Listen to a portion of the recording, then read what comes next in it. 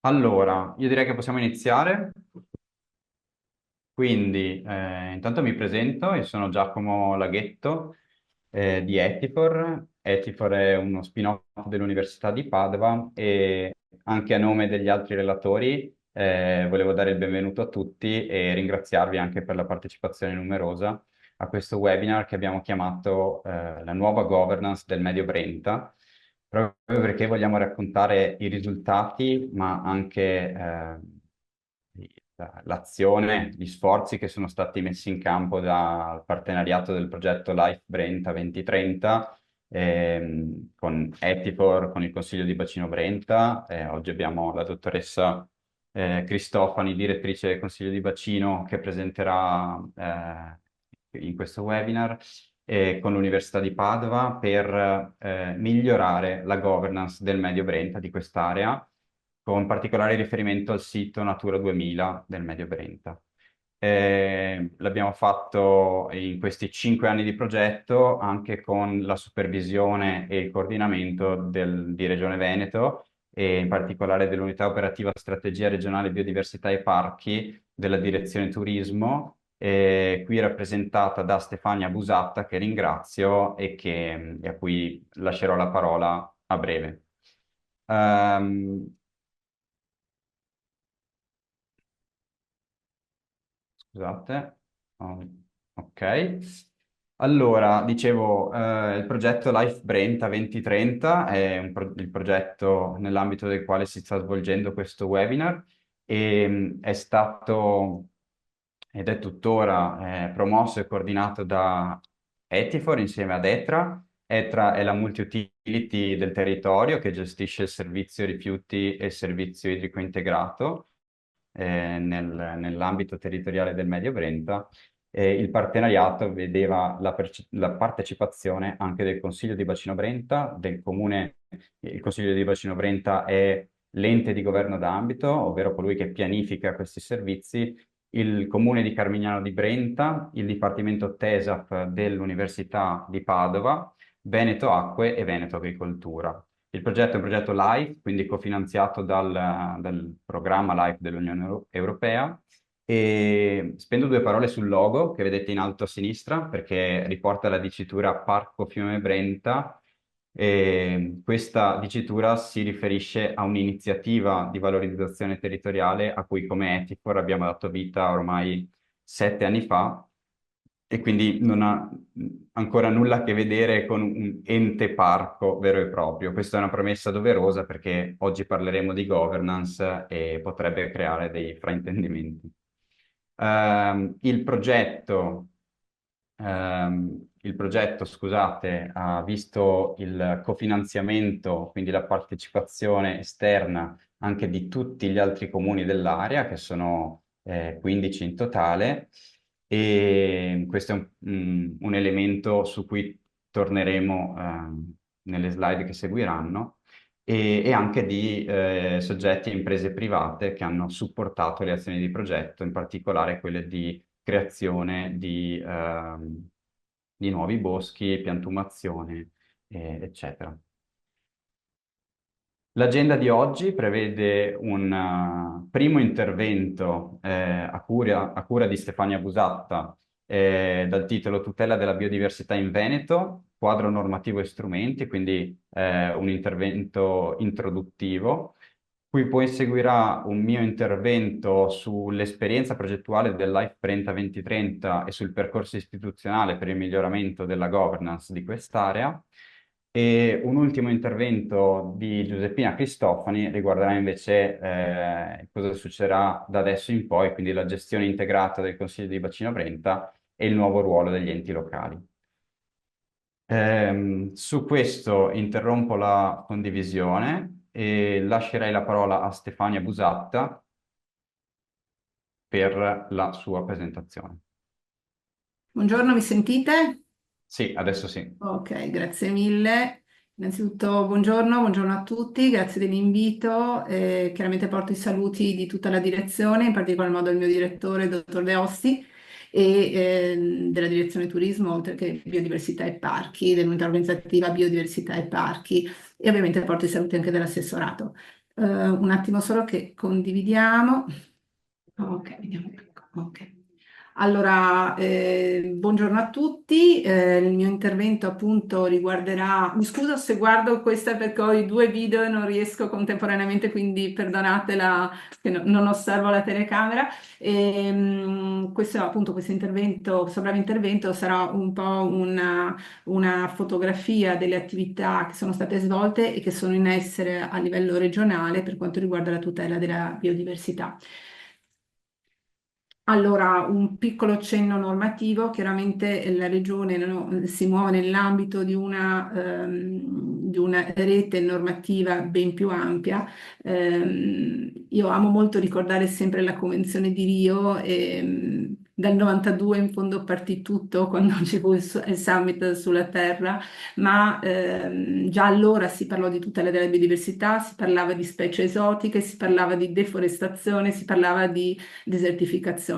Ecco, a fronte di questo, chiaramente il percorso non solo è stato lungo e arduo, ma è ancora lungo e arduo, visto le tematiche che puntualmente si ripresentano e le condizioni ambientali, le criticità ambientali che puntualmente si presentano. Interessante è che tutto quanto viene richiamato nella Convenzione di Rio, nelle successive convenzioni, penso a Bonn, Washington e così via, lo ritroviamo nuovamente nell'Agenda 2030 e anche l'Agenda 2030 che riguarda tutti gli enti, tutte le realtà, tutti i portatori di interesse, mette sì l'attenzione sulla componente anche sociale e economica delle comunità, ma anche e soprattutto sul contrasto alla perdita di biodiversità. Pensata anche chiaramente come servizio ecosistemico, quindi come una risorsa fondamentale non solo per la vita ma anche per l'economia del territorio. Associato quindi all'approccio normativo internazionale vi è chiaramente declinata tutta la normativa europea, direttiva Habitat, direttiva Uccelli, non ultima la strategia europea per la biodiversità, sostanzialmente la strategia europea per il contrasto alla perdita della biodiversità, che è stata poi recepita anche a livello nazionale. Sempre a livello europeo abbiamo, sempre in visione della tutela e del ripristino della biodiversità, il contrasto alle specie esotiche invasive. Ricordiamo che si parla di entità milionarie di danni causate dalle specie esotiche invasive a livello europeo, ma anche a livello nazionale, sia nell'ambito vegetale che nell'ambito animale. Ed infine, non ultima, il regolamento europeo di quest'estate che riguarda proprio la Nature Restoration Law, che nuovamente non solo parla di tutela di biodiversità, ma questo regolamento pone l'attenzione sul ripristino della biodiversità e quindi la necessità di intervenire a livello di habitat di specie con azioni concrete per il ripristino e il recupero di biodiversità. Ora, a livello nazionale, chiaramente abbiamo avuto i vari decreti legislativi per quanto riguarda il recepimento sia della direttiva Habitat che della direttiva Uccelli, così come il decreto per l'approvazione della strategia nazionale biodiversità, così come il decreto legislativo per il contrasto che riguarda appunto il contrasto alle specie esotiche invasive. Ovviamente a livello nazionale, per quanto riguarda la tutela della biodiversità, abbiamo la legge quadro sulle aree protette. Quindi a livello regionale tutte queste azioni sono state recepite e tra le diverse azioni particolarmente interessanti che poi un attimo vedremo nel dettaglio, vi è sicuramente il quadro delle azioni prioritarie e vedremo poi perché. Allora, in Veneto la tutela della biodiversità avviene attraverso l'istituzione e la gestione di diversi elementi. Sicuramente la rete ecologica regionale, la tutela di alcune, non sono molte, ma ci sono individuate a livello internazionale come zone umide Ramsar, la rete Natura 2000, costituita quindi da zone speciali di conservazione e da zone di protezione speciale, a seconda che stiamo parlando di direttiva Habitat rispettivamente e direttiva Uccelli, le aree e corridoi ecologici individuati dal piano territoriale, i parchi di interesse locale che a livello regionale sono definiti dall'articolo 27 della legge 40 dell'84, le foreste demaniali, le aree naturali che rientrano nel patrimonio UNESCO e i parchi regionali, che sono 5, e il parco nazionale che è il Parco Nazionale delle Dolomiti Bellunesi. Per quanto riguarda le aree protette, qui vi è una quantificazione. Complessivamente le aree protette corrispondono a circa il 6% del territorio regionale. Quindi abbiamo parchi, riserve, parchi nazionali, parchi regionali. Abbiamo i 5 parchi regionali: Dolomiti d'Ampezzo, Sile, Colli Euganei, Lessinia e Delta. Quindi abbiamo le 5 realtà regionali e il Parco Nazionale Dolomiti Bellunesi. Per quanto invece riguarda la rete Natura 2000 del Veneto, complessivamente abbiamo 131 siti, 130 sono ZSC, che sono poi costituite da 63 ZSC, 26 zone di protezione speciale secondo la direttiva Uccelli e 41 invece sono di sovrapposizione fra zone speciali di conservazione, che quindi rispondono alla direttiva Habitat, e le zone di protezione speciale.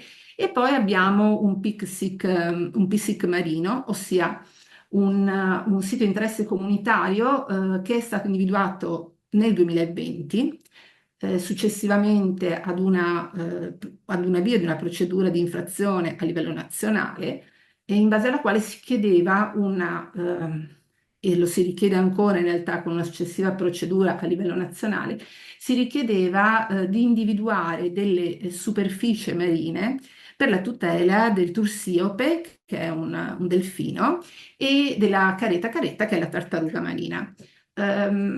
Questo è stato un percorso dal basso verso l'alto molto molto interessante, molto articolato con tutte le associazioni, le categorie di pesca, tutte le categorie professionali, i pescatori, le associazioni ambientaliste, nonché gli enti, nonché...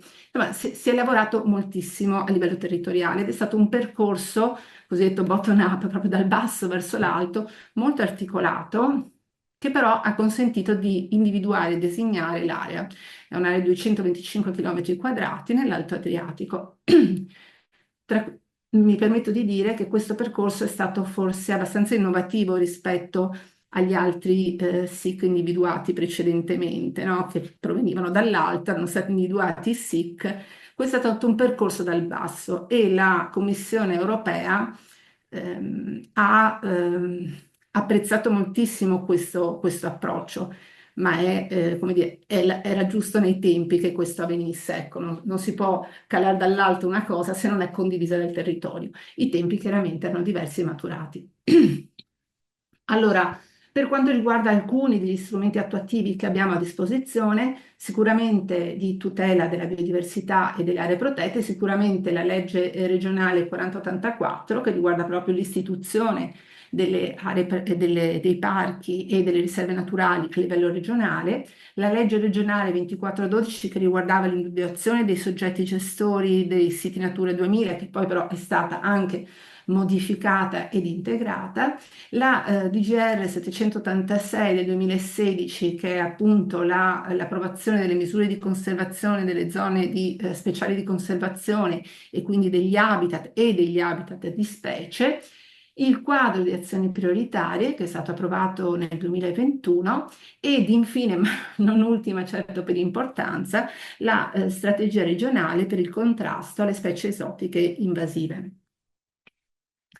Allora, per quanto riguarda le misure di conservazione delle zone speciali di conservazione, chiaramente questa è stata definita secondo la direttiva Habitat e successivamente integrata con la direttiva Uccelli, e ha consentito quindi di definire innanzitutto delle porzioni di territorio con determinate caratteristiche ambientali e sulle quali con caratteristiche ambientali sia per habitat che per specie, sulle quali individuare quindi le minacce che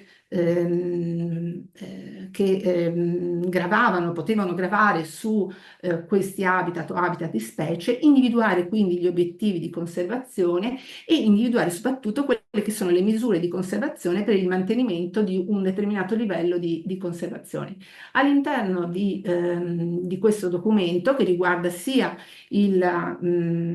l'ambito biogeografico alpino che l'ambito biogeografico continentale, nel nostro caso, in altre regioni chiaramente vi è anche l'ambito biogeografico mediterraneo, ovviamente, ma la cosa non ci riguarda, include anche dei divieti, degli obblighi che chiaramente hanno un'azione molto forte, cioè ci sono delle azioni che assolutamente possono o non devono essere fatte, sono degli obblighi, dei divieti se non possono essere fatti, degli obblighi se invece assolutamente devono essere fatti per la tutela di quell'habitat o l'habitat di specie. E poi vi sono delle buone prassi. Ecco, queste buone prassi che abbiamo altamente proprio nella realizzazione, nell'individuazione del sicammare dell'Alto Adriatico, ha proprio una funzione di coinvolgimento, di promozione di azioni che hanno come finalità la conservazione, l'azione e l'implementazione delle misure di conservazione, ma il tutto avviene volontariamente. E quindi questo comporta un lavoro con il territorio, con le associazioni di categoria molto, molto sentito, molto forte. Uno strumento richiesto a livello comunitario e quindi richiesto a livello ministeriale e recepito con una DGR nel 2021 è il quadro delle azioni prioritarie. Questo è uno strumento importantissimo in quanto consente di individuare le azioni necessarie per la tutela della rete Natura 2000, dei siti, degli habitat e delle specie, ma soprattutto consente di collegare questa volontà, queste azioni definite, consente di collegarle a degli impegni economici a livello comunitario, quindi individuando anche tutti i progetti che possono concorrere alla tutela della biodiversità. Quindi questo è uno strumento voluto, fortemente voluto a livello europeo, perché altrimenti diciamo, l'approccio di tutela della biodiversità, di tutela degli habitat, delle specie, veniva un pochino posticipato nei tempi, no? Non ci sono le risorse, ancora oggi non è che ci siano tantissime risorse, però perlomeno si ha un quadro d'insieme, un quadro delle azioni fattibili, realizzabili, con quali tempi e con quali risorse. Quindi in qualche modo si concretizza un percorso di attuazione. Faccio un passaggio su questa strategia che abbiamo approvato lo scorso anno e che stiamo, come dire, che si sta concretamente realizzando e che è appunto la strategia per il contrasto alle specie esotiche invasive. Come dicevo, è un problema mh, non solo sentito per chi si occupa di biodiversità, ma è un problema sentito che si occupa di biodiversità, come dire, con una connotazione prettamente ambientalista, diciamo così, ma anche per chi ha una visione invece più ampia, quindi le ricadute economiche, le ricadute sociali. Questo è un problema talmente grave che a livello internazionale ne avevano già parlato appunto nella Convenzione di Rio del 92, ma a livello europeo è stato fatto proprio un regolamento nel 2014, che poi è stato recepito con un decreto legislativo nel 2017, il 230, che poi è stato ulteriormente enfatizzato anche con dei finanziamenti europei e ministeriali, quindi la volontà di fare si è concretizzata anche con delle risorse che alle regioni sono pervenute. Ed è appunto la strategia regionale per il contrasto alle specie esotiche invasive. In questo caso sono state individuate proprio in una stretta collaborazione con l'Università di Padova, sia per la parte animale sia per la parte vegetale, quindi sia con veterinaria che con il TESAP, si sono individuate tutte le specie di interesse unionale che sono determinate a livello regolamentare, quindi vi sono delle specie di interesse unionale, cioè delle specie che hanno ricadute ampie sul territorio europeo.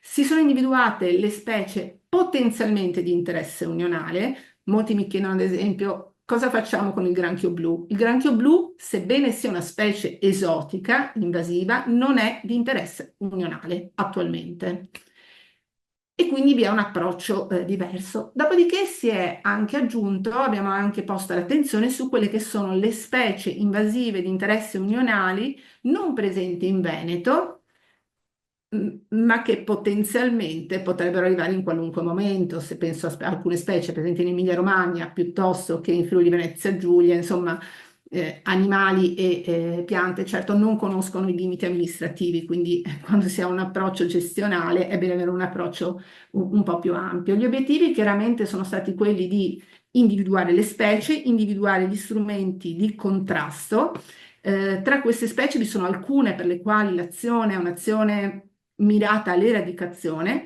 per molte altre invece l'azione è un'azione di controllo, cioè limitare i danni, quindi limitare il numero per limitare i danni che queste specie possono avere sull'habitat piuttosto che su altre specie. L'individuazione quindi delle aree e delle attività e l'attività formativa.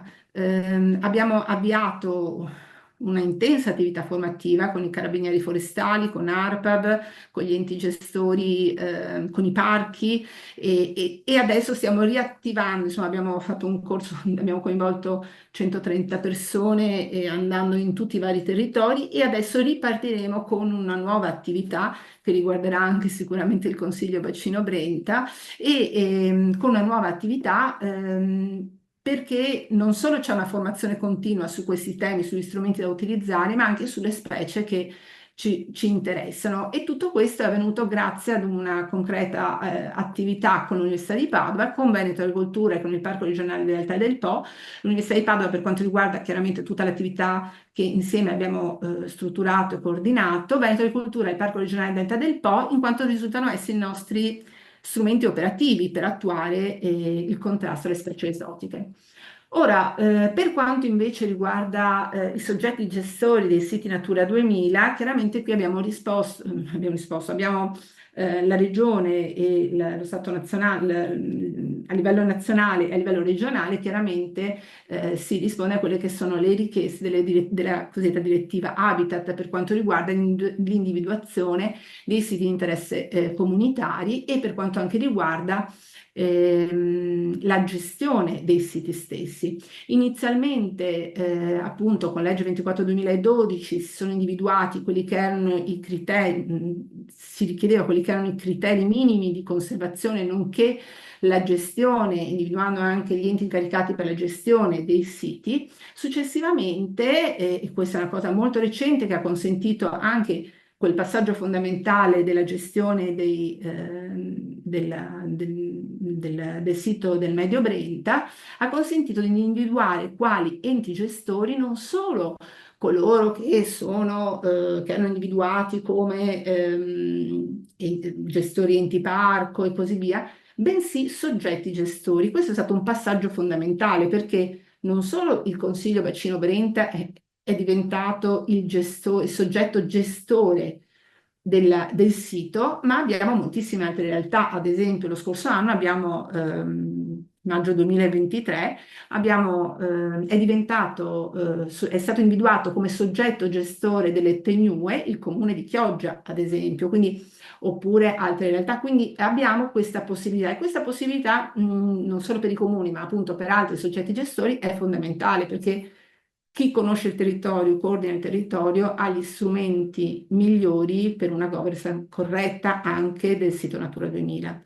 E quindi questo è stato un elemento per noi fondamentale. Quindi dare la possibilità non solo agli enti gestori, ma ai cosiddetti soggetti gestori, di individuare appunto i soggetti gestori quali soggetti per la gestione dei siti Natura 2000.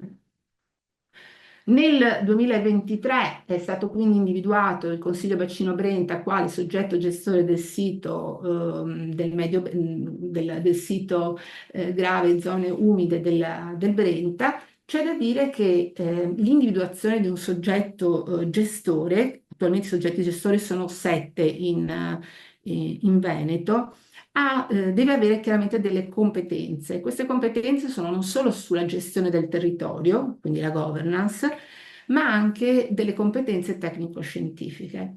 Quindi quando vi sono questi due elementi e soprattutto vi è un coordinamento di queste attività, sia l'aspetto appunto tecnico-scientifico che l'aspetto di governance, il percorso per l'individuazione e la designazione di un soggetto gestore chiaramente è corretta ed è facilitata. Chiaramente la competenza tecnico-scientifica per quanto riguarda il bacino Brenta era anche, diciamo, arrivava anche nell'ambito di un percorso importante che era il progetto LIFE Brenta 2030 e associato a questo, come si diceva, l'attività di coordinamento semplicemente insomma, dei 15 comuni, insomma, voglio dire, una realtà di governance importante, molto sentita dal territorio.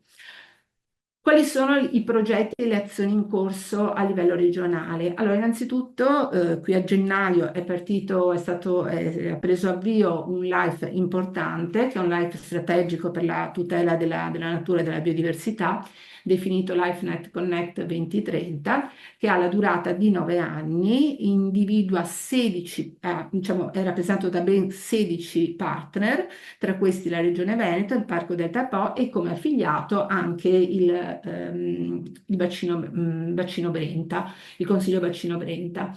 L'obiettivo generale è chiaramente un sistema di gestione integrato, quindi da un lato la prioritaria conservazione, tutela e ripristino della biodiversità, associata però a un coordinamento di tutte le governance territoriali, e questo si esprime attraverso il quadro delle azioni prioritarie, il cosiddetto PAF di cui abbiamo visto prima.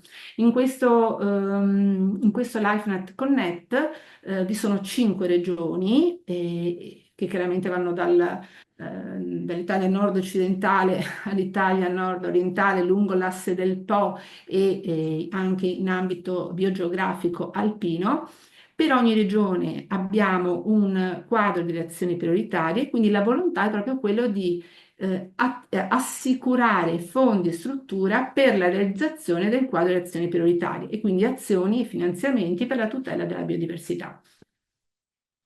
L'altro progetto importante in corso è un bando che abbiamo messo a disposizione lo scorso agosto, quindi un mese fa, sulla base di un decreto ministeriale di fine 2023 che metteva a disposizione circa 15 milioni di euro, 5 milioni nel 2023, 10 milioni nel 2024, da distribuire tra le diverse regioni in base chiaramente alla superficie di zone speciali di conservazione, ZPE, e zone di protezione speciale, e metteva a disposizione questi finanziamenti per diverse attività.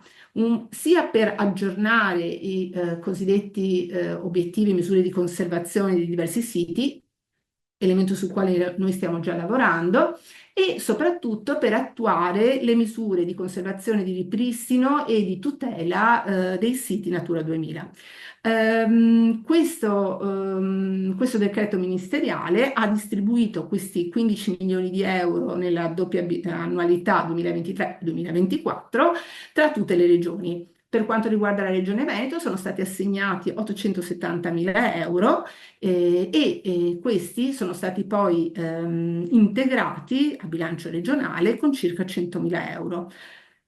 Il bando l'abbiamo strutturato in accordo con il Ministero, dando priorità ai soggetti gestori, cioè hanno potuto concorrere, chiaramente il procedimento è in corso, quindi non so assolutamente nulla di come andrà questo bando, però hanno potuto concorrere prioritariamente i gestori dei siti Natura 2000.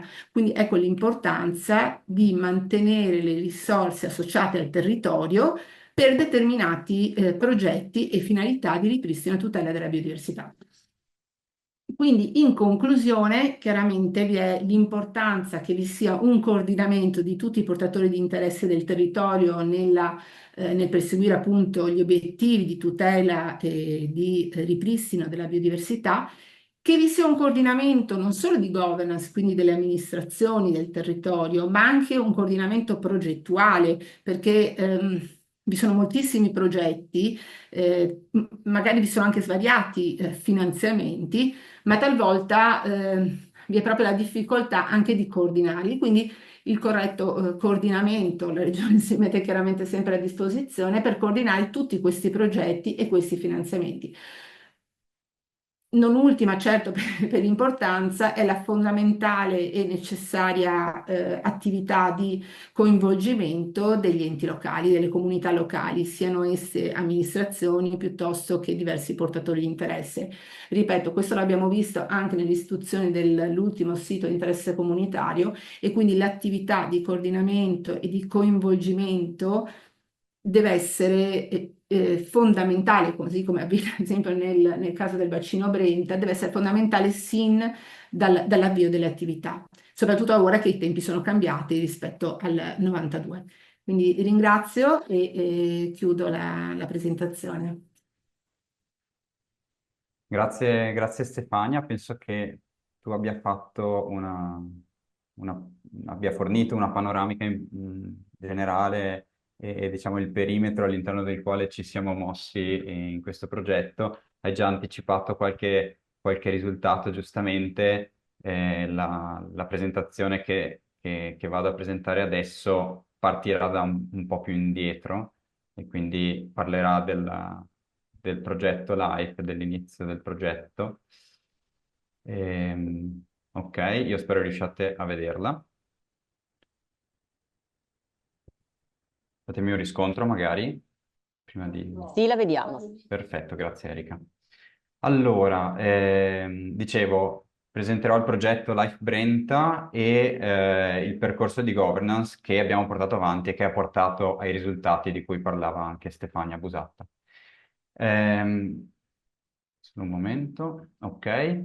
Qualche numero per presentare il contesto. Immagino che molti di voi partecipanti siate persone del posto, qualcuno anche no, quindi stiamo parlando di un'area di più o meno una sessantina di chilometri di fiume che scorre da Bassano del Grappa fino a Padova.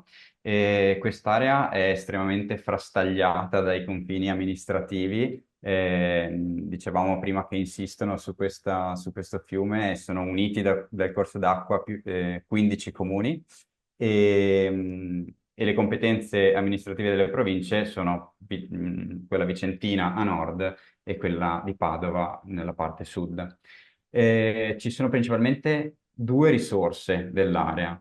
Da una parte la risorsa idrica, idropotabile, nel campo Pozzi di Camazzole, nel comune di Carmignano di Brenta, ci sono dei pozzi che a regime forniscono acqua a quasi 1,5 milioni di persone in Veneto, quindi circa il 30% della popolazione regionale, ed è un'acqua che viene distribuita anche in altre province, tra cui quelle di Venezia e Rovigo, per intenderci, quindi più a sud.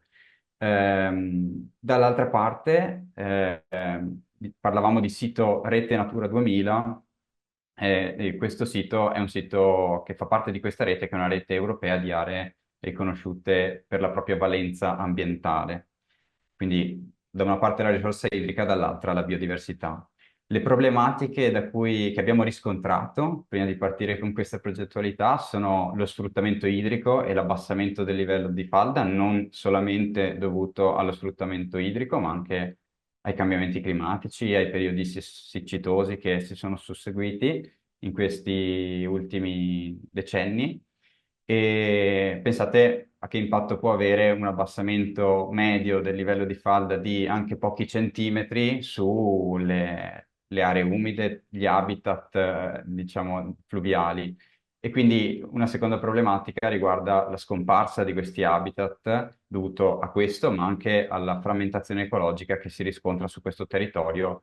In particolare la principale attività economica è l'attività di tipo agricolo, a volte anche agricolo intensivo, quindi questo minaccia la presenza di molti tipi di habitat. La terza problematica, che è un po' il focus di oggi, è la mancanza di una buona governance, di una governance coordinata. Quindi la mancanza di un soggetto gestore locale per questo sito Natura 2000 causava una serie di conseguenze, tra cui la sovrapposizione di competenze, i cui perimetri non erano mai troppo chiari, i conflitti di uso del suolo tra attori diversi, proprietà, eccetera. Quindi il progetto LIFE Brenta 2030 ha trasformato queste problematiche, ha fatto proprio queste problematiche, le ha trasformate in obiettivi. Quindi da una parte abbiamo il rafforzamento del sistema di governance e anche della sostenibilità economica della gestione dell'area.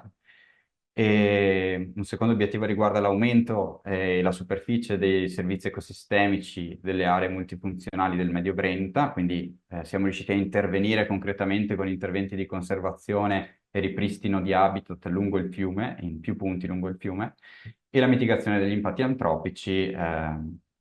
Abbiamo attivato un servizio di raccolta rifiuti dedicato al sito Natura 2000 di presidio ambientale, abbiamo promosso nelle scuole interventi di educazione, sensibilizzazione con la cittadinanza, quindi ecco, il progetto complessivamente ha un budget di 2,6 milioni di euro cofinanziati dal programma LIFE e, e niente, il punto di partenza di questo progetto è stato il confronto fra gli aspetti gestionali propri della risorsa idropotabile, quindi la risorsa idrica prelevata e distribuita dal servizio idrico integrato, e della biodiversità. Abbiamo subito notato come queste risorse siano, la gestione di queste risorse quantomeno sia normata a livello europeo, ma anche a livello poi nazionale e regionale, e vi siano poi delle aree soggette a tutela, quantomeno sulla carta, sia per la risorsa idrica, in quanto si fa riferimento alle aree di salvaguardia per le captazioni idropotabili, e per la biodiversità, quindi in questo caso la rete Natura 2000, delle misure di tutela che riguardano la vincolistica, le misure per il miglioramento quali-quantitativo della risorsa idrica e le misure, dall'altra parte, le misure di conservazione sito-specifiche, ma quello che mancava da una parte era proprio la gestione operativa. Di fatto esistevano tutte le definizioni, gli strumenti che ci ha presentato prima Stefania Busatta, ma non erano messi in pratica per quanto riguarda la biodiversità. Situazione che invece era molto diversa quando ci riferiamo alla risorsa idropotabile. Abbiamo la presenza di un soggetto regolatore, Consiglio di Bacino Brenta, e di un gestore locale, la multi-utility ETRA. Abbiamo un piano d'ambito che pianifica gli interventi del servizio idrico integrato, e abbiamo anche una tariffa degli utenti che supporta tutti gli interventi necessari per consentire l'erogazione di questo servizio.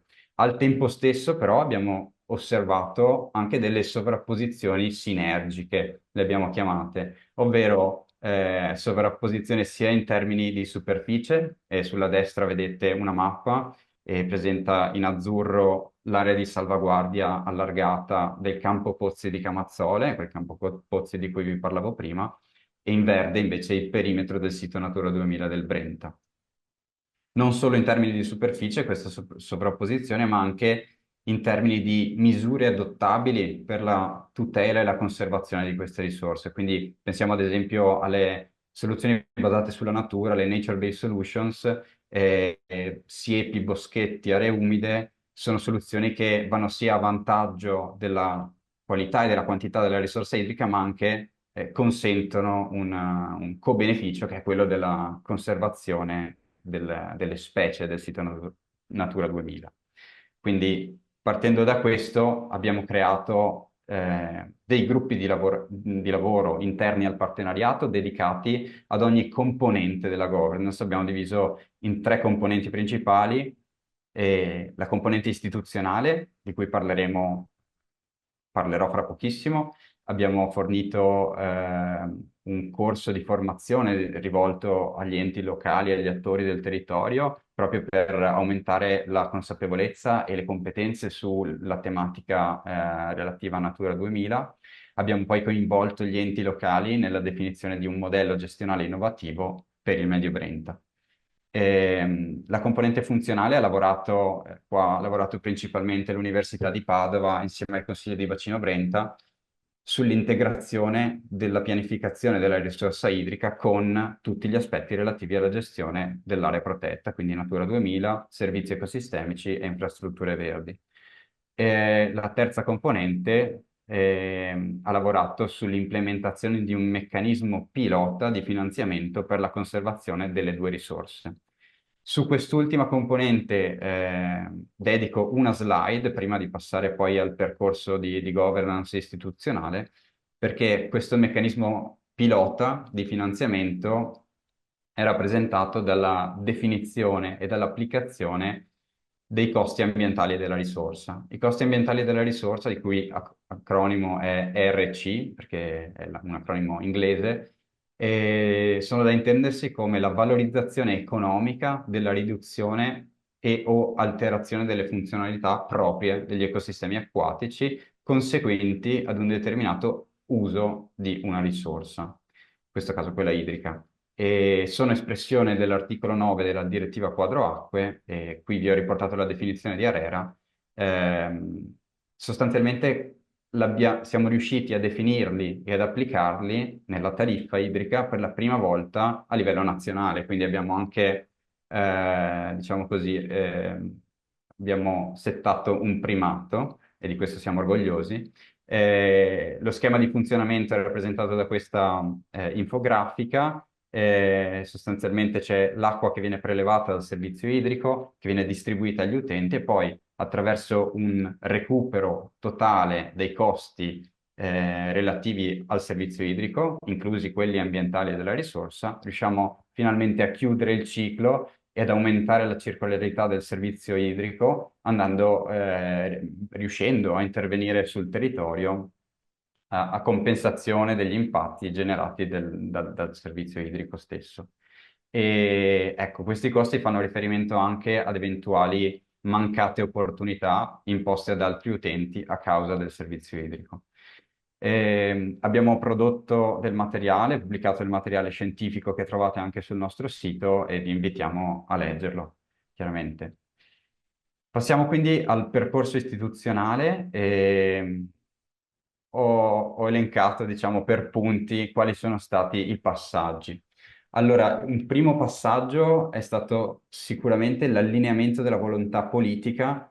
Ricordate la presenza di numerosi enti locali su quest'area e quindi è stato strategico fare in modo che questi comuni aderissero a questa iniziativa, che prende il nome, ricordo, di Parco Fiume Brenta, anche tramite un impegno economico, quindi tramite il cofinanziamento del progetto LIFE. E questo è stato fondamentale perché non si è trattato solo di un impegno così preso a parole, ma ha portato attenzione su questa tematica e quindi attenzione da parte dei comuni. Poi il lavoro del partenariato nel creare un comunicato stampa, fare un lancio stampa e una comunicazione mirata. Vedete qui degli screenshot degli articoli che sono ancora disponibili in rete o di servizi televisivi. Qui bisogna sottolineare non sempre c'è un linguaggio appropriato da parte dei giornalisti, però insomma questo allineamento non è stato solo raggiunto, ma è stato anche comunicato a tutti quanti. Ehm, Dopodiché sono stati svolti molteplici incontri per conoscere le realtà del territorio e anche presentare il progetto, gli obiettivi dell'azione di governance e al tempo stesso raccogliere pareri positivi o negativi, priorità del territorio e quindi qua ho inserito alcuni loghi, altri non li ho inseriti perché non ci stavano tutti e mi scuso con chi si sente escluso da questa slide, ma non è stata una cosa volontaria. E poi abbiamo concretamente avviato questo percorso partecipativo rivolto ai comuni del Medio Brenta, quindi il livello di questo percorso di governance è un livello istituzionale, prettamente istituzionale.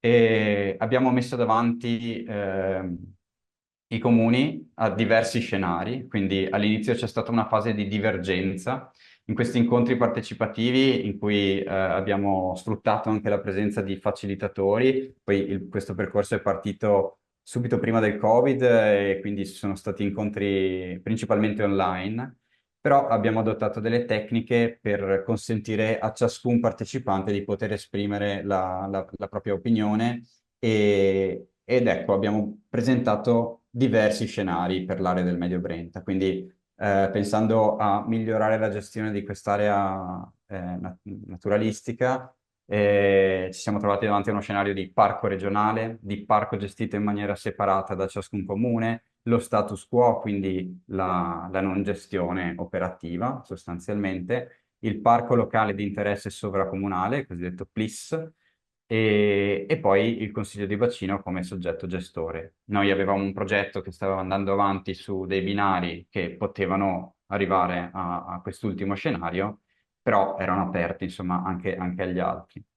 Ragionando insieme ai comuni abbiamo anche valutato un grado di fattibilità diverso per ogni scenario, quindi evidenziato i pro e i contro di ciascuno scenario e siamo arrivati poi a una convergenza, quindi abbiamo scelto uno scenario e perché uno scenario, qui in questo caso il Consiglio di Bacino Brenta come soggetto gestore, è stato ritenuto migliore di altre possibilità.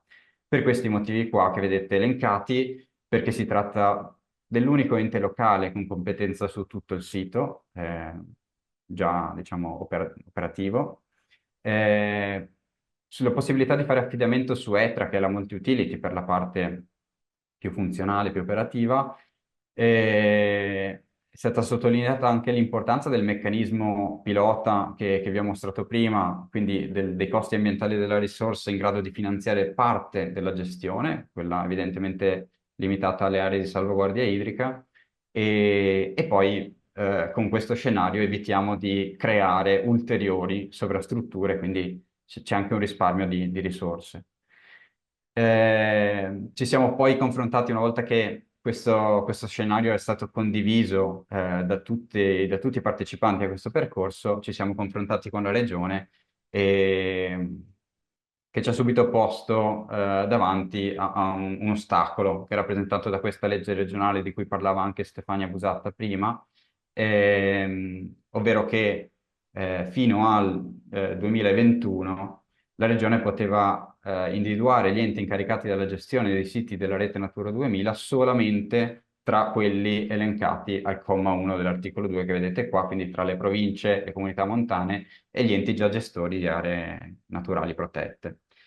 Quindi lavorando insieme alla Regione, in particolare qua c'è stato un contributo fondamentale del Dipartimento TESAF dell'Università di Padova, siamo arrivati alla modifica di questa legge regionale con un'altra legge regionale, la numero 27 del 2021, che ha modificato la precedente specificando che nel caso siano individuati soggetti diversi da quelli indicati al comma 1, la Giunta regionale nel relativo provvedimento dà conto delle competenze, della professionalità, dell'adeguatezza degli affidatari in rapporto alle funzioni che devono svolgere.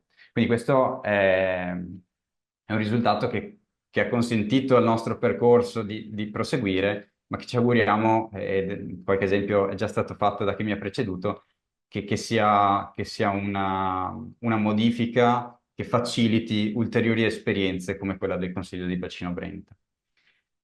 Infine siamo arrivati alla delega di gestione, quindi qua avete la linea del tempo di questo percorso. Dimenticavo forse di dire che è iniziato tutto nel 2019, quindi sono 5 anni di progetto che sta terminando. Nel 2023, l'anno scorso, siamo arrivati alla delega di gestione di Regione Veneto nei confronti del Consiglio di Bacino Brenta per il sito Natura 2000 e quindi questo è il risultato, ecco, di questo percorso, che non finisce qui perché da adesso in poi, Giuseppina Cristofani che parlerà dopo di me, parlerà di cosa succederà dopo, di cosa cambia rispetto al 2022 e del nuovo ruolo degli enti locali per la gestione integrata.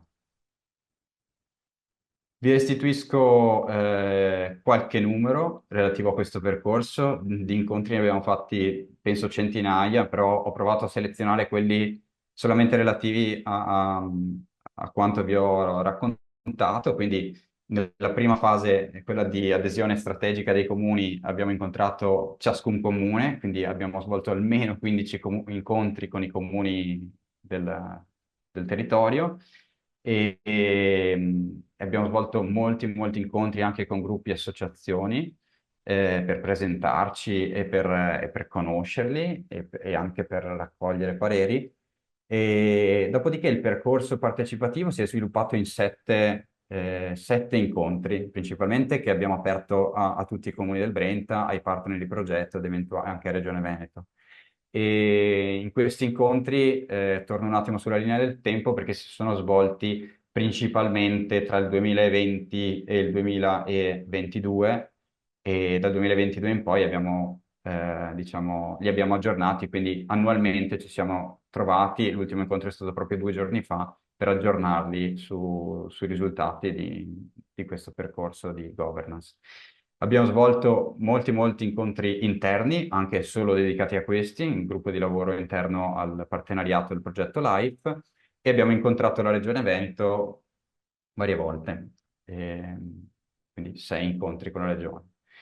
In conclusione, è stato molto impegnativo in termini di tempo e risorse che ci abbiamo dedicato. Siamo andati anche oltre le risorse che avevamo a disposizione del progetto perché riconoscevamo che si trattava di una cosa del tutto importante e fondamentale per riuscire poi a impostare questo percorso. Quindi la prima fase, quella di allineamento politico, è stata importantissima. E il modello gestionale che abbiamo definito e che adesso vi spiegherà Giuseppina Cristofani è un modello leggero perché fa affidamento su delle strutture che già erano esistenti, il Consiglio di Bacino Brenta, innovativo perché lavora sulla sinergia tra la gestione della risorsa idrica e la gestione della biodiversità all'interno di un'area protetta, replicabile perché pensiamo a quanti sono i contesti in Veneto, ma in Italia, in cui le aree protette forniscono questo servizio ecosistemico, forniscono la risorsa idrica che poi viene prelevata dagli utenti, dalla popolazione, utilizzata in vari modi. E quindi si tratta di un modello che è assolutamente replicabile. Abbiamo prodotto anche con questo progetto un impatto di policy perché la modifica della legge regionale di cui abbiamo parlato sia io che Stefania è una modifica che permetterà ad altri enti, non solo enti d'ambito, anche comuni, eccetera, in Veneto quantomeno di fare lo stesso. Quindi si tratta di una buona pratica replicabile. E tra i prossimi passi che elenchiamo, sicuramente lo sviluppo di una gestione dal punto di vista operativo, anche adesso che si è concluso l'iter istituzionale formale, e il coinvolgimento anche degli altri enti locali, in particolare il Genio Civile, servizi forestali e della società civile nella gestione. Quindi spesso abbiamo enti che operano sulla stessa area e il Consiglio di bacino svolgerà da adesso in poi un'azione di coordinamento di questa gestione. E per quanto riguarda la società civile, spesso abbiamo anche associazioni che ci chiedono di fare eventi, di poter... L'ideale sarebbe riuscire a mettere a sistema tutte queste disponibilità, queste forze che ci sono in campo e fare squadra, fare lavoro di squadra per essere operativi, ecco, con la gestione. Niente, io ho finito la presentazione, vi invito anche a dare un occhio ai materiali che trovate sul nostro sito. Recentemente abbiamo pubblicato il Layman's Report del progetto LIFE, dove è contenuta una sintesi dell'esperienza progettuale, quindi tutti i numeri di progetto, i risultati e le azioni che abbiamo svolto in questi anni. E abbiamo al tempo stesso anche firmato e pubblicato un piano Afterlife, che è l'impegno futuro dei partner di progetto da qui al 2030. Quindi penso che per chi è del territorio siano materiali interessanti da sfogliare quantomeno. Vi ringrazio per l'attenzione e interrompo la condivisione per dare la parola alla direttrice del Consiglio di Bacino Brenta, Giuseppina Cristofani. Buongiorno a tutti, mi materializzo, cioè materializziamo fisicamente questo tanto citato Consiglio di Bacino, ente gestore, diciamo, dell'area SIC ZPS, Rete Natura 2000, Grave e Umide del Brenta, e do il mio contributo in questa fase, diciamo, cercando di promuovere alcuni spunti che possono essere utili anche, diciamo, al lavoro che abbiamo fatto e che andremo a fare, ma soprattutto credo, insomma, vi darò una visione dei portafogli sottesi a questo tipo di ragionamento, che è uno degli aspetti, come dire, che consente alle buone idee di diventare anche idee realizzabili. Non so se vedete la presentazione. Anch'io aspetto. Vediamo, sì, siamo Perfetto. sulla slide iniziale. Benissimo. Allora adesso scorro velocemente. Ecco, entro subito su come abbiamo pensato di organizzare, cioè di armonizzare, rendere organico all'interno della struttura del nostro ente questo modello di governance che insomma, ci vede impegnati a assumere nuove funzioni e quindi anche, come dire, a trovare nuove risorse. Il Consiglio di Bacino Brenta è uno degli enti di governo d'ambito della Regione Veneto, di fatto sagomato sul bacino idrogeologico del Brenta, idrografico in maniera particolare, ecco, forse è più corretto dire così, e che ha, come dire, la capacità di regolare il servizio idrico integrato. L'assemblea del Consiglio di Bacino, che diciamo, per i non addetti ai lavori corrisponde al Consiglio Comunale, no? Quindi è l'organo politico di riferimento di un ente locale, è composta dai 68 comuni che appartengono a questo ambito territoriale Brenta. L'assemblea è costituita da sindaci o amministratori delegati del medesimo comune, assessori piuttosto che consiglieri comunali, e si esprime per teste e per quote, dove le quote sono legate alla popolazione rappresentata. Quindi capite, è un organismo che ha una forte pervasività territoriale, ok?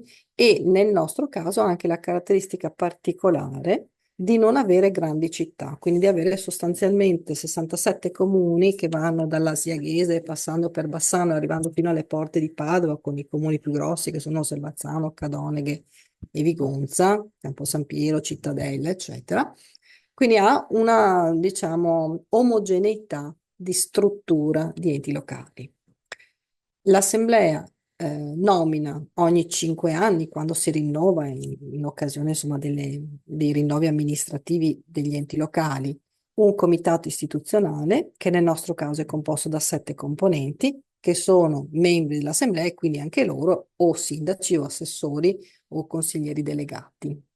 Ecco, ehm, poiché la taglia dell'ambito era composta da 67 comuni, si è cercato una struttura di governance che consentisse ai comuni direttamente interessati dalla zona Rete Natura 2000 del Brenta, che è quella che ci interessa, di poter dire la loro e quindi di promuovere, sostenere, segnalare le esigenze che sono tipiche di questa caratteristica.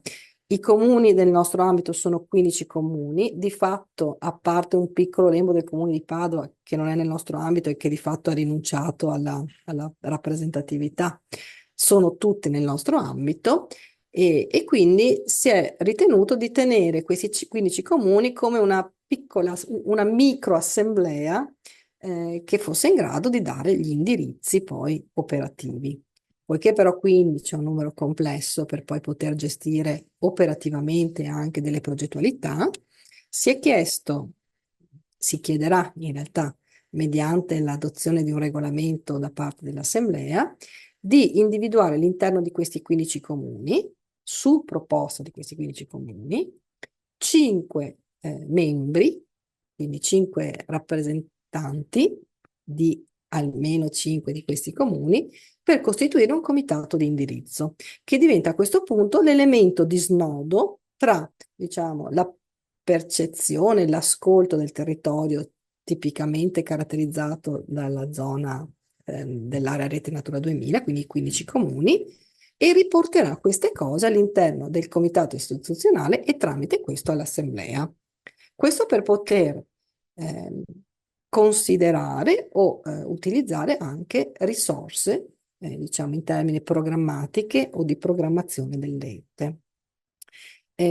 Giusto nell'incontro che era stato citato prima anche da Giacomo, martedì scorso, si è anche deciso di, proprio per facilitare questo dialogo e rendere quindi strutturante rispetto alla programmazione dell'ente e all'attività ordinaria dell'ente anche questo tipo di funzione, si è ritenuto che almeno un membro del comitato di indirizzo venisse scelto tra i membri del comitato istituzionale, possibilmente, come dire, facendo in modo che sia anche rappresentativo dei 15 comuni. Questo proprio per garantire la massima fluidità di informazione tra questi due organismi. Il comitato di indirizzo non è previsto dalla convenzione istitutiva dell'ente, quindi non è un organo, diciamo, istituzionale, ma viene formalizzato dall'assemblea e quindi gli viene attribuita questa particolare competenza proprio su delega dell'assemblea. Ecco, ovviamente questi ingranaggi che vedete girare potranno produrre gli spunti programmatici che poi verranno attuati mediante l'assistenza tecnico-scientifica, le collaborazioni e il soggetto gestore del servizio idrico integrato affidatario, perché per talune attività, essendo configurabili come attività del servizio idrico, possono facilmente essere assegnate alla esecuzione, alla realizzazione da parte del soggetto gestore e riconosciute anche nell'ambito della tariffa che regola il servizio idrico. Questo è un po', secondo me, l'elemento di novità. Il comitato di indirizzo ovviamente sarà espresso in una logica proprio di pluralismo e funzionalità, no? 5 membri con questo meccanismo anche di cercare di individuarli, diciamo, secondo una buona distribuzione rispetto all'asta fluviale, perché la grande novità di questo percorso è che riusciamo a ragionare su un'asta fluviale e non sui 15 singoli comuni rivieraschi, con una frammentazione che non è naturale o insita ai corpi idrici superficiali. Ripeto, il comitato di indirizzo potrà rappresentare il territorio, proporre e formulare proposte all'assemblea, coordinare, aiutarci, promuovere a recuperare finanziamenti integrativi proprio relativi al sito Natura 2000 del Medio Brenta. Che cosa cambia, o meglio, quali sono i primi risultati di questo percorso? Che contiamo su un sistema di governance rafforzato. Cioè questo percorso ha, anche dal punto di vista umano, dei rapporti, del know-how, delle interazioni che si sono comunque sviluppate dal 2019 ad oggi, consentito di ragionare superando il limite comunale, e vi assicuro che nel nostro territorio il campanile o il municipio o la piazza del singolo comune restano un elemento fortemente identitario. Quindi contare su una governance rafforzata per una struttura che è quella, diciamo, di un fiume che non appartiene a nessun comune, mi pare un passaggio culturale fortemente carico di propositività. L'altro grosso vantaggio è che in questo modo noi siamo riusciti, prima con Life, forse in maniera un po' occasionale o provvidenziale o come dire, non so, perché si sono allineati bene gli astri ad accedere ad alcune risorse europee, ma adesso è diventato, come dire, una funzione che svolgiamo, quello di cercare, candidarci, portare a casa le risorse e abbiamo a questo punto anche le capacità di operare direttamente per spenderle. L'altro tema è che proprio questo coinvolgimento ampio di 67 comuni con un focus su 15 ci permette di liberare alcune attività anche di presidio territoriale. Penso semplicemente all'attività che abbiamo fatto di raccolta, di un servizio di raccolta dei rifiuti all'interno dell'area ripariale del Brenta, che facciamo attraverso il gestore mediante una proficua collaborazione con il nostro omologo dei rifiuti. Ovviamente la cosa che ci interessa di più, o in questo momento, come dire, che ci stimola di più, è la capacità di mettere a terra progetti, avere pareri, poter, come dire, intervenire anche su situazioni magari di difficoltà o di criticità che riguardano qualcuno o più di uno dei comuni e metterle a sistema per cercare di risolvere e superarle. Questo l'altro giorno parlando con i sindaci, no, qualcuno diceva, io ho il problema dei cestini che mi si riempiono, pensavo di toglierli. Ecco, tentare di declinare azioni che siano coordinate per tutti i 15 comuni rendono forte anche il messaggio in termini di fruibilità e di, come dire, tutela collettiva della risorsa che ci è affidata, che è uno dei nostri obiettivi. Vado alla parte più interessante, che sono i portafogli. Ecco, perché tutte queste cose hanno anche bisogno di una programmazione economico-finanziaria e quindi una capacità di reperire risorse. Inizialmente il nostro coinvolgimento come ente era stato pensato per poter m- motivare, giustificare, come dire, rendere stabile il ricorso a questa componente ERC, che è una componente tariffaria prevista da ARERA nei metodi del servizio idrico che regolano il servizio idrico integrato. E quindi attraverso questa componente abbiamo già provato con l'MT3, che è il metodo tariffario che abbiamo usato per questi 4 anni, e adesso lo stiamo replicando per la MT4, che riguarderà i prossimi 6 anni di programmazione tariffaria, di inserire all'interno del servizio idrico quelle attività di tutela della qualità dell'acqua, di presidio della qualità, integrate, diciamo, con una visione ecosistemica e che quindi consentono quella sinergia utile a garantire a tutti noi cittadini utenti acqua potabile, ma anche a presidiare il territorio che questa risorsa la produce e la alimenta. Ecco.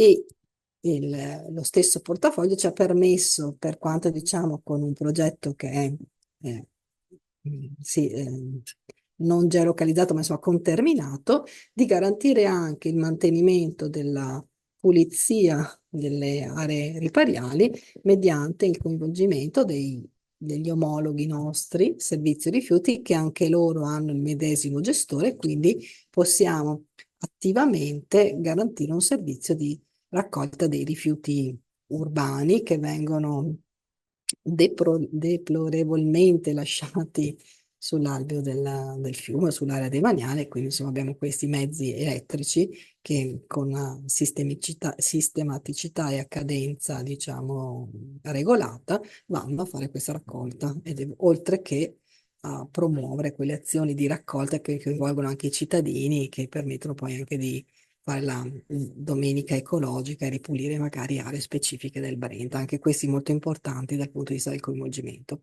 Questo per noi è il portafoglio cosiddetto A, cioè quello che per primo abbiamo declinato per dare stabilità alle risorse. Io sono dell'idea che i progetti sono tanto più solidi quanto più strutturata è la stabilità delle risorse, perché altrimenti si rischia di avere anche risorse, di spenderle, ma di non poter poi attivare tutte quelle azioni di gestionali o di manutenzione che sono invece sostanziali per fruire a lungo degli investimenti fatti. Ecco, accanto a questo ci siamo resi conto, io dico anche personalmente con una certa forma di sorpresa, che questo rafforzamento della governance, della visibilità anche che ha questo ente e delle potenzialità di dare certezza di risorse, ci ha permesso di poter usufruire anche di un portafoglio B, che sono risorse di altre istituzioni, di altri soggetti o linee di finanziamento a cui possiamo più facilmente accedere e a me viene da dire anche spesso con buoni risultati, nel senso che le candidature ci consentono anche di avvalerci di avere buoni risultati. Faccio una breve elencazione, giusto insomma perché abbiate presente. Il Consiglio di Bacino è, come dire, beneficiario di un finanziamento Horizon, un progetto che si chiama InWater, che ci finanzia per oltre 100.000 euro, di un Interreg che tramite il nostro gestore che lavora sulla prevenzione dell'abbandono dei rifiuti, che comunque porta a casa altre risorse. Partecipiamo attivamente a Nat Connect, anche qua 0,7 milioni di euro sono per il Brenta. E abbiamo recentemente, siamo anche classificati in una posizione di grande pregio a un bando promosso dal CNR e che ci ha finanziato direttamente per 240 milioni di euro. Ecco, abbiamo altri progetti candidati in cantiere, per cui insomma io confido che porteremo a casa ancora risorse, ma stiamo lavorando su questo. E capite che poter contare su, come dire, un doppio portafoglio, uno piccolo, stabile e uno magari che può essere alimentato con risorse anche, diciamo, una tantum, ma comunque strutturate, ci consente di portare risorse sul territorio. Ecco, quello che adesso ci aspetta è raccogliere, scusatemi, questa eredità e portare in assemblea questo modello di governance che vi ho velocemente presentato, sul quale c'è già, come dire, una certa livello di condivisione e insediare il comitato di indirizzo che uscirà, insomma, da questa approvazione del modello di governance. Da lì, insediato il comitato, avanti tutta, cominceremo a programmare l'attività.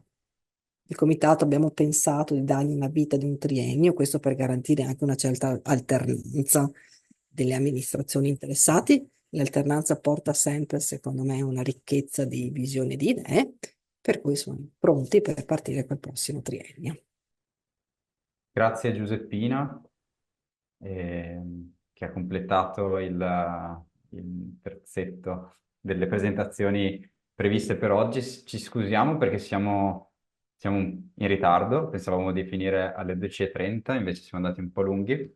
E, se siete d'accordo, e mi rivolgo alle altre relatrici di oggi, e proverei ad aprire la chat per rispondere a qualche commento che è arrivato.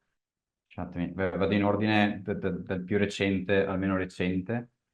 Ehm, Buongiorno, l'azione di presidio, i progetti e le misure di conservazione e gestione delle risorse idriche e degli aspetti ambientali connessi, come si correlano con la pianificazione dell'autorità di bacino distrettuale? Grazie. Forse questa domanda la lascerei a Giuseppina. Io rispondo già, noi abbiamo un dialogo attivo con l'autorità distrettuale e ovviamente ci muoviamo su piani diversi. Siamo soggetti che intervengono nella redazione, o meglio, non nella fase consultiva di redazione del piano di gestione dell'autorità distrettuale e in questo senso, come dire, possiamo indicare alcune linee, alcune specificità del territorio.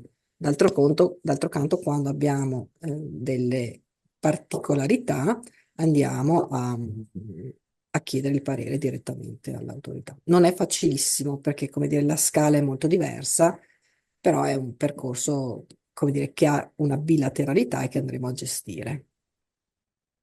Ok, Giuseppina, ti rivolgo subito un'altra domanda. Il Consiglio di Bacino Brenta avrà un bilancio dei finanziamenti ricevuti e investiti effettuati, Transitano dal bilancio dell'ente, quindi che è pubblico e disponibile? assolutamente sì. Dopo di solito facciamo delle rendicontazioni ad hoc anche proprio per garantire, perché i bilanci pubblici non sempre hanno quella leggibilità, consentitemi, che consentono accesso. Adesso, appena ci mettiamo in pista con il comitato, la prima cosa da fare sarà fare una sezione specifica nel nostro sito istituzionale in cui queste cose vengono promosse, rendicontate e vengono anche messi a disposizione i documenti o gli estratti di documenti che si riferiscono esplicitamente a questo segmento. Ok, rispondo io a una seconda domanda. I mezzi meccanici di raccolta dei rifiuti non vanno a rovinare, alterare la biodiversità? Allora, il servizio che è stato attivato tramite il progetto LIFE è gestito da ETRA e vede l'impiego di un mezzo elettrico, piccolino, però comunque un mezzo elettrico e due operatori dedicati a questo servizio part-time, se non sbaglio, però sono comunque 20 ore a settimana dedicate al presidio del Brenta. E, certo è un rischio, però questo mezzo ha ricevuto le autorizzazioni da parte di tutti e 15 i comuni per poter accedere a determinati accessi, strade, sentieri. Chiaramente il mezzo si muove lungo questi sentieri esistenti, in gran parte, se non sbaglio, asfaltati, e sono poi gli operatori che scendono e vanno manualmente a rimuovere i rifiuti se si trovano in prossimità del corso d'acqua o in posizioni non raggiungibili dal mezzo.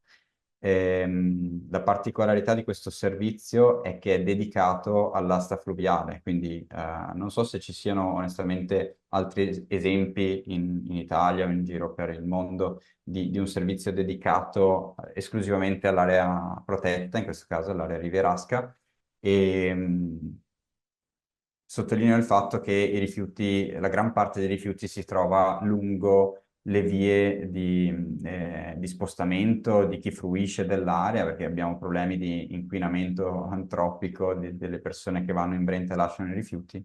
Quindi spesso e volentieri si trovano anche lungo queste direttrici. Ogni tanto ci sono segnalazioni da parte dei comuni di rifiuti in posizioni per i meno raggiungibili dal mezzo, e a quel punto l'intervento diventa del tutto manuale. Andando indietro, vedo una domanda. La ricarica artificiale della falda è uno dei principali metodi a contrasto dell'abbassamento della falda. Le ricariche sono saltuarie e lasciate a volontà locali e comunque assolutamente insufficienti. Esiste un soggetto istituzionale che se ne occupa? La nuova governance di Natura 2000 farà qualcosa? Allora, prima di lasciare di nuovo la parola a Giuseppina, Cristofani, scusa Giuseppina se mi viene spontaneo, sottolineo il fatto che il progetto ha lavorato sull'identificazione di scenari di intervento. Quindi abbiamo consegnato all'ente d'ambito, al Consiglio di Bacino Brenta, uno strumento per aiutare l'ente a pianificare quali misure attuare dove. Quindi c'è uno strumento che è in dotazione adesso dell'ente d'ambito e chiaramente poi le misure di ricarica devono avere un senso anche rispetto al luogo in cui sono proposte e devono esserci degli studi che dimostrano che siano effettivamente funzionali alla ricarica dell'acquifero profondo da cui poi viene pescata l'acqua. E quindi non è sempre facile riuscire a identificare il dove e il come realizzare questo tipo di opere, e ci sono dei buoni esempi in Brenta, mi viene da dire, che probabilmente andranno implementati anche altrove. Aggiungo, Giacomo, che non c'è un soggetto istituzionale preposto, quindi non esiste questa capacità di, purtroppo, nonostante come dire, i buoni risultati, per esempio, di questa nostra realtà, l'argomento acqua, il tema acqua è molto frazionato sotto il profilo normativo e di attribuzione delle funzioni. E dunque questi progetti che hanno una forte trasversalità sono, come dire, vittima anche di talune di queste situazioni di frammentazione. Anticipo così anche la risposta alla domanda che ho visto sulla diga del Vanoi. Ehm, il nostro ente sta facendo una riflessione complessiva riguardo come dire, alle criticità che il mutamento climatico comporterà ancora di più in futuro sulla capacità naturale della falda di rigenerarsi e quindi anche sulla capacità di immagazzinare, di avere a disposizione la risorsa idrica negli anni futuri ai medesimi livelli di qualità, oltre che di quantità attuali. Teniamo presente che veniamo da un trend discendente che, come dire, ha segnato negli ultimi decenni in maniera molto significativa. Ehm, Credo, e su questo insomma stiamo ragionando, che nessuno di noi ha la risposta giusta o non esiste una sola risposta o un solo tipologia di intervento che può contrastare questo fenomeno e può costruire anche, diciamo, le premesse per poter affrontare ciò che viene. La diga del Vanoi ne è un esempio, adesso ovviamente un argomento molto, come dire, che sollecita molto l'opinione pubblica, ehm, che ha, come dire, pervaso una logica di pianificazione degli ultimi decenni e che ora si trova in qualche modo a un punto di svolta. Ehm, Noi ragioniamo sul fatto che il migliore sistema per ricaricare la falda sia quello di garantire una riduzione dei prelievi quantitativi. Noi abbiamo un livello di pressione antropica per attività industriale, anche per attività domestiche, perché purtroppo siamo ancora figli di un regio decreto del 1933 che assentisce, cioè che non so se si dice assentisce, che consente di attivare pozzi al posto dell'acquedotto, non c'è un obbligo di allacciamento all'acquedotto, quindi noi come ente siamo votati alla tutela quantitativa nella logica di riduzione delle pressioni. Abbiamo ormai in deposito un modello numerico della falda che stanno tarando, non è ancora disponibile, che ci dirà come dovremmo agire anche sulle portate del Brenta per garantire, diciamo, il massimo della capacità di rigenerazione naturale. Se servirà, ci faremo promotori, integreremo anche con attività artificiali di ricarica. Sulla logica che è sottesa al Vanoi di immagazzinare l'acqua quando è disponibile a monte per rilasciarla quando serve a valle. Il principio è, come dire, indiscutibile. La capacità di realizzazione passa attraverso caratteristiche territoriali che vanno fortemente studiate. Quindi, come dire, almeno come ente noi siamo più orientati a recuperare gli invasi esistenti più che a, come dire, costruire nuovi invasi, a meno che non ci siano le condizioni tecniche e ambientali di garanzia per farlo. Ecco, io su questo non mi so esprimere perché il progetto non l'ho ancora, come dire, non ho ancora fatto mio i 200 pagine che sono state rese disponibili, però ecco, ragioniamo come stile in una logica di integrazione di azioni, perché, come dire, se chiudessi gli occhi e dicessi che domani c'è il Vanoi, sono ragionevolmente certa che questa presenza non consentirebbe di risolvere in maniera sistematica i problemi e le pressioni che tanti anni, diciamo, di utilizzo abbastanza friendly della risorsa hanno generato. Quindi non siamo dell'opinione che ci siano soluzioni facili, pronte e uso, ammesso che fare una diga si possa considerare una soluzione facile, pronta e uso. Questo per non entrare in una logica di dibattito su Vanoi, che va in altri piani, ma per dire che promuoviamo uno stile di integrazione di riflessioni e azioni diverse. Proseguo io con un'altra domanda. Dopo la tempesta Vaia, i cartelli segnalavano i siti ZSC, ZPS e questi cartelli sono andati perduti. Come pensate di proteggere veramente queste zone se non sono segnalate? Allora, per quanto riguarda la segnaletica regionale, io personalmente ho notato ancora questi cartelli, ero proprio nell'area 2 settimane fa insomma mi ricordo di averne visto più di qualcuno.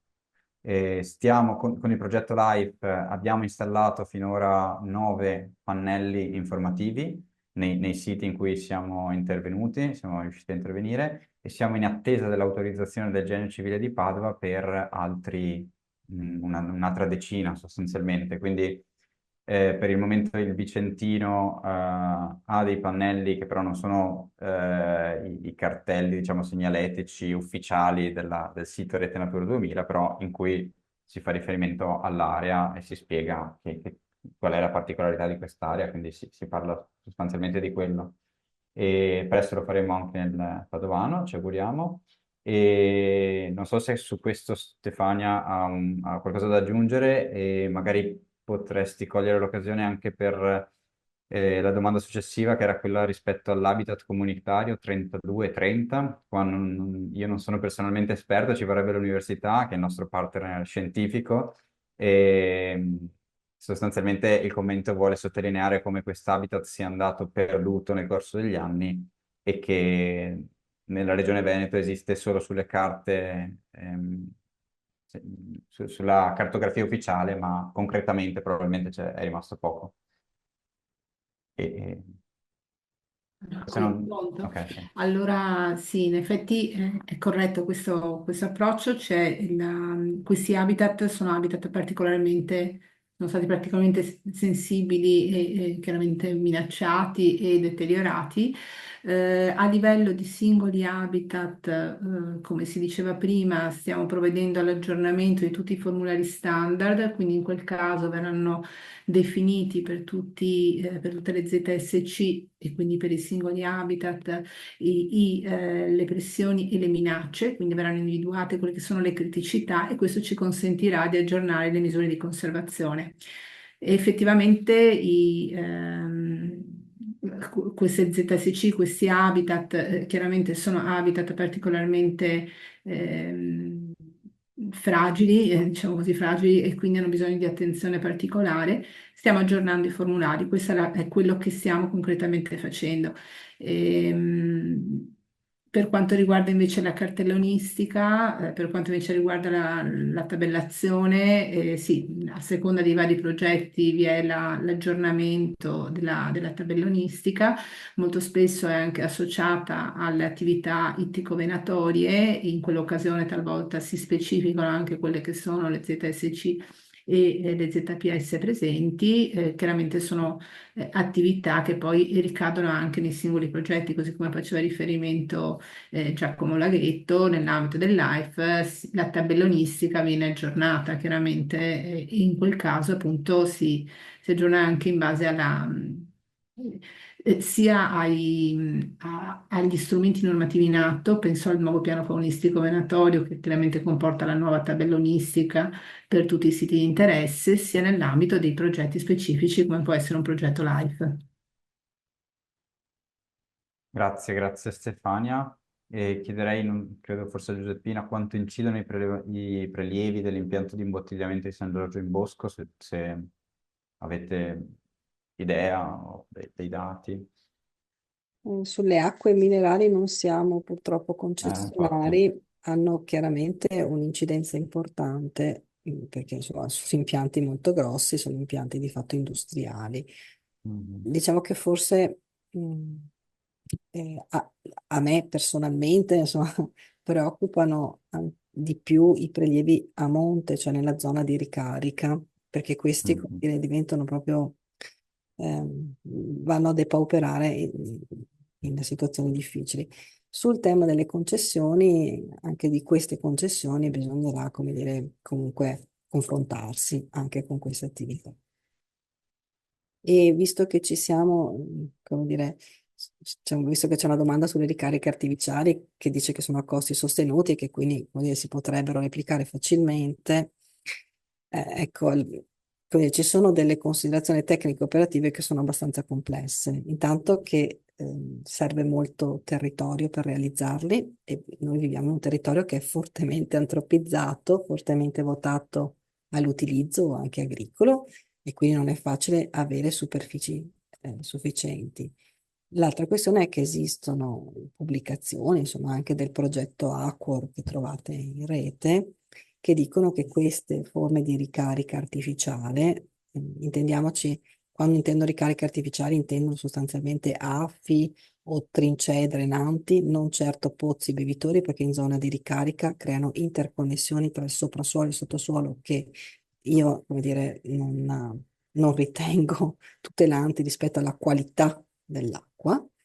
E quando parliamo di questi invece tipi di ricariche artificiali, il tema è che ricaricano in maniera non strutturale, cioè ricaricano, diciamo, con dei benefici che non si mantengono nel tempo.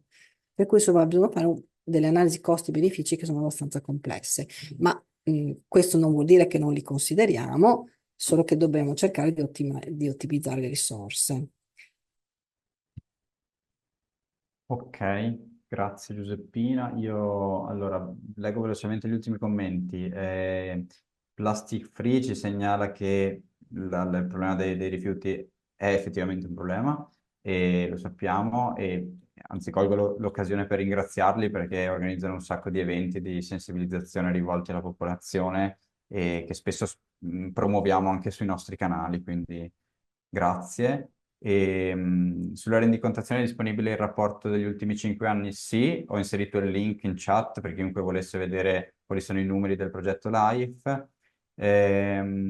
Finanziamento Democrito per la ricarica della falda. Era forse della ricarica abbiamo già parlato, ma Ma era una previsione di un accordo che era stato siglato tra gli enti, diciamo, coinvolti in sede di concertazione, se così si può dire, ma insomma, spero di non offendere nessuno, ante lo sviluppo del nuovo sistema acquedottistico del Veneto cosiddetto Mosava, che ha previsto, come dire, una nuova centrale di captazione a Camazzole, ed era stato immaginato come un allungamento del sistema irriguo in aree pedemontane per consentire l'irrigazione in queste aree e contestualmente poter mettere a terra dei sistemi di ricarica tipo AFI.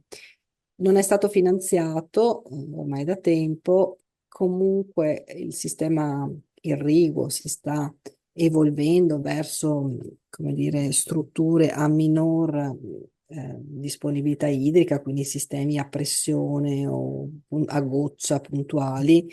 Quindi in qualche modo i 10 anni che sono passati hanno anche riorientato la programmazione del consorzio, dei consorzi di bonifica. Non tocca a me a dirlo, insomma, lo dico come persona informata dei fatti, ecco. Per cui non vedo una correlazione diretta tra la mancata realizzazione del Democrito e, diciamo, una riduzione della capacità di ricarica della falda.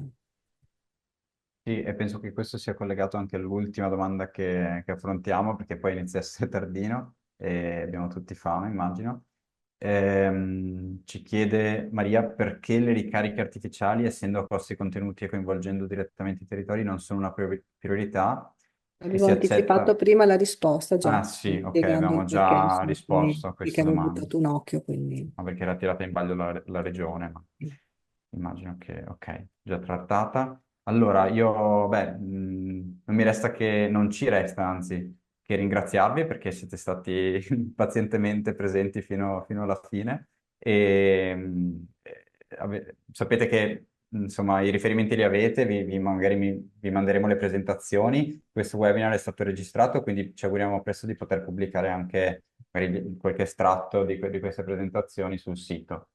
E niente, da parte nostra è tutto. Io ringrazio in particolare le relatrici che mi hanno accompagnato in questo webinar, quindi grazie Stefania, grazie Giuseppina e a presto. Grazie a voi, grazie a tutti, grazie Giacomo, grazie, Grazie. grazie a tutti, Grazie e buona giornata. a voi.